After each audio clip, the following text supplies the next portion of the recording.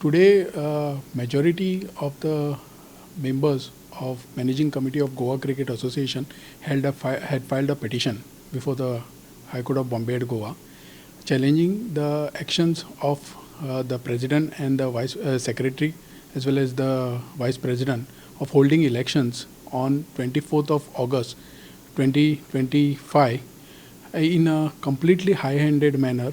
and without taking all members of Managing Committee into consideration. Now, this election pertains to the elections of Managing Committee of Goa Cricket Association, which consists of total 107 member clubs throughout the state of Goa. Now, we had challenged the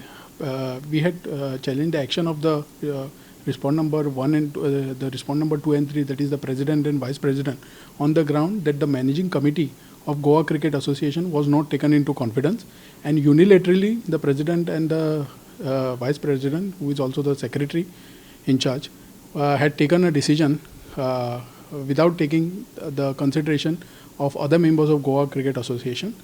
and thereby fixing the elections on 24th and also electing the electoral officer for conducting this election. Now, pursuant to the filing of the petition, by